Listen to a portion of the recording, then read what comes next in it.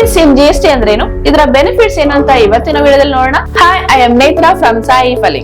TCS ಅಂದ್ರೆ tax collected at source ಅಂತ. Section 52 ಪ್ರಕಾರ ಯಾವುದೇ ಇ ಕಾಮರ್ಸ್ ಆಪರೇಟರ್ ಗಳು ಈ ನಿಯಮವನ್ನ ಪಾಲಿಸ್ತಾರೆ. ಸಪ್ಲೈಸ್ ಮತ್ತೆ ಬಯರ್ಸ್ ನಡುವೆ ಸೇತುವೆ ಆಗಿ ಎಲೆಕ್ಟ್ರಾನಿಕ್ ಅಗ್ರಿಗೇಟರ್ ಆಗಿ ಕಾರ್ಯನಿರ್ವಹಿಸ್ತಾರೆ. Example, online platforms. ಯಾವಾಗ ಬಯರ್ಸ್ ಪರ್ಚೇಸ್ ನ ಆರ್ಡರ್ ಮಾಡ್ತಾರೋ ಆಗ ಇ ಕಾಮರ್ಸ್ ಪ್ಲಾಟ್ಫಾರ್ಮ್ ಮೂಲಕ ಸಪ್ಲೈಯರ್ಸ್ ಬಯರ್ಸ್ ಗೆ ಸುಲಭವಾಗಿ ಗೂಡ್ಸ್ ನ ತಲುಪಿಸಲು ವ್ಯವಸ್ಥೆ ಮಾಡ್ತಾರೆ. ಸಪ್ಲೈಯರ್ಸ್ ಫಾರ್ಮ್ GST-R 88 ನ ಅಪ್ಲೈ ಮಾಡಿದಾಗ 1% to CGST, 1% to SGST TCS ಆಗಿ ಡಿಡಕ್ಟೆಡ್ ಆಗಿ ಸಪ್ಲೈ ನ ಕ್ಯಾಶ್ ಲೆಡ್ಜರ್ ಗೆ ಹೋಗಿ ಡೆಪಾಸಿಟ್ ಆಗುತ್ತೆ. ಸಪ್ಲೈಯರ್ಸ್ GST-R 8 ಫಾರ್ಮ್ ನ ವಿತಿನ್ ಎ ಡೇಟ್ ಅಲ್ಲಿ ನೀಡಬೇಕಾಗುತ್ತೆ. ಇದ್ರ ಜೊತೆಯಲ್ಲಿ ಸಪ್ಲೈಯರ್ಸ್ ಇಂದ ಅವರಿಗೆ ಕಮಿಷನ್ ಕೂಡ ಸಿಗುತ್ತೆ.